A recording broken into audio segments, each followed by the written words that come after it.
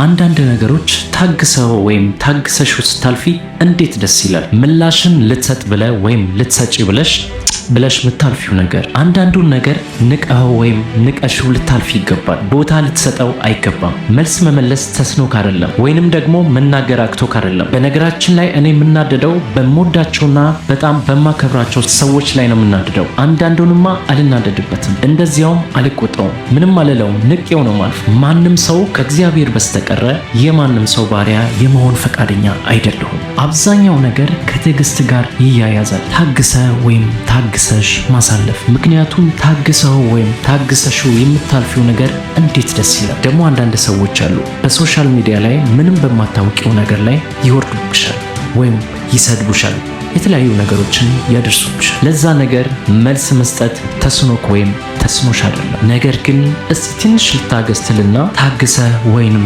ታግሰሽ ያልፋል። ያንን ነገር አልፈኸዋል ወይንም አልፈሽዋል። የቀድሞ ጠቅላይ ሚኒስትር አቶ መለስ ዜናዊ አንድ ጥያቄ ተጠየቀ።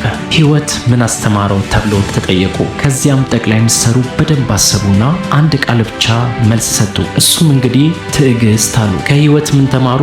ትዕግስት። ታግሰው ወይንም ታግሰሽው ስታልፊ በጣም ደስ ይላል። ለምን? አሸናፊ ነህ ወይንም በትዕግስት አሸንፈሃል ወይንም ደግሞ አሸንፈሻል። ያ ደግሞ የውስጥ ደስታ አለው። አንዳንድ ነገሮችን በትዕግስት ንቀኸው ወይም ንቀሽው ልታልፍ ይገባል። ቦታ ልትሰጠው ወይንም ልትሰጪው በፍጹም አይገባም።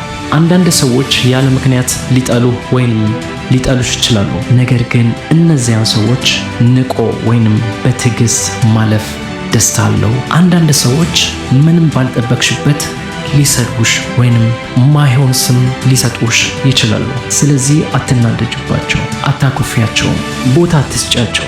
ትዕግስት ሲኖርሽ መልስ ልትሰጭቴና ልትናደጅም ብለሽ ከዚያም የሆነ ነገር ልታደርጊም ብለሽ በትዕግስት ዝም ብለሽ ስታልፊ አንቺ አሸናፊ ነሽ፣ ድል ታገኛለሽ። ትዕግስት በጣም ትልቁ የህይወት ማጣፈጫ ነው።